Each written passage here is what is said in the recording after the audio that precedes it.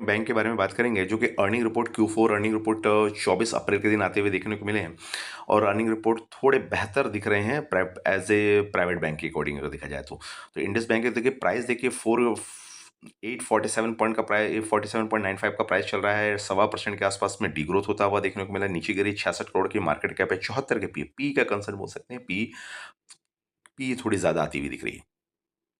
Earning report के साथ साथ डिविडेंड का अनाउंसमेंट है। ₹1.5 पर शेयर का इक्विटी शेयर डिविडेंड के अनाउंसमेंट भी करते हुए देखने को मिले हैं। क्वार्टरली रिजल्ट की तरफ अगर ध्यान दें तो मार्च 26 में सेल्स देखिए आपको 11,005 करोड़ की आती हुई दिख रही है और प्रॉफिट कहाँ कर रही है, करीब 596 करोड़ की कर रही है। तो यहाँ सेल्स में ग्रोथ ईयरली लेवल पे 3% का है, नेट प्रॉफिट में 1.25% यानी नेट प्रॉफिट तो लॉस से प्रॉफिट में आती हुई कंपनी ने क्वार्टरली लेवल पे देखें तो प्रॉफिट भी बढ़ते हुए देखने को मिले हैं।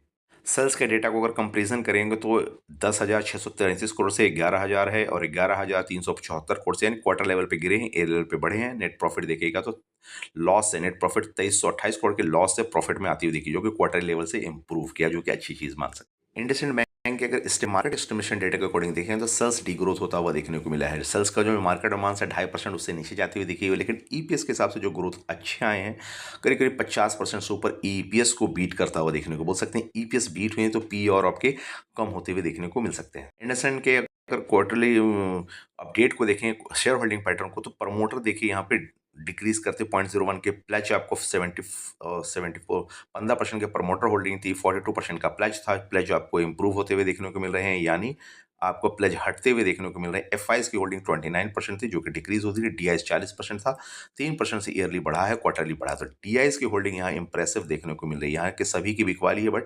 डीआईएस यहाँ खरीदारी करते हुए देखने को। रिटेल 7% से है, जो कि डिक्रीज कर रहे हैं 2 लाख के नीचे वाले। होल्डिंग पैटर्न में एक अच्छी चीज बोलेंगे तो प्लेज प्लेज देखिएगा यहाँ पे घटता हुआ देखने को, कंपनी इंप्रूव करते हुए दिख रही है, प्लेज को कमाती हुई देखने को मिल रही है। ईयर एंड क्वार्टर दोनों में प्लेज को कमाया है और एफआईएस की होल्डिंग देखेंगे यहाँ डिक्रीज हुई। अच्छी चीज क्या बोल सकते हैं, नेक्स्ट पॉइंट, डीआईएस की होल्डिंग यहाँ पे ईयर एंड क्वार्टर दोनों में इंप्रूव होती हुई देखने को मिली है।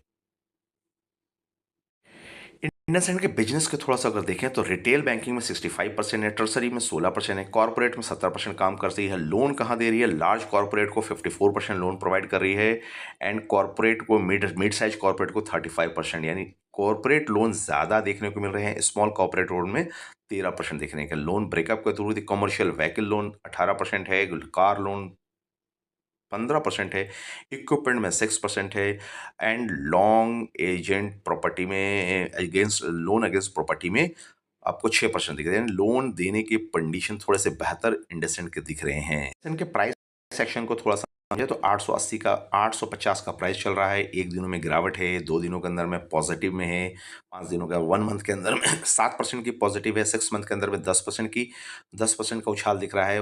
एक साल के अंदर देखें तो 2% के ग्रोथ देखने को मिल रहा है। स्टॉक के 50 हाई लो को अगर देखा जाए तो लो देखिए 710 रुपए का लो आता दिख रहा है, यानी लो के हिसाब से देखा तो स्टॉक लो से बाइंग आती दिख रही है। 50 हाई देखा जाए तो 967 के आ रहे हैं, तो अभी अभी करीब 967 यानी हाई से 100 रुपए नीचे स्टॉक ट्रेड करता हुआ देखने को मिला है। रिजल्ट अगर बोला जाए तो रिजल्ट बेहतर है और मार्केट एस्टिमेशन के अकॉर्डिंग ईपीएस में बीट करता हुआ देखने को मिला है।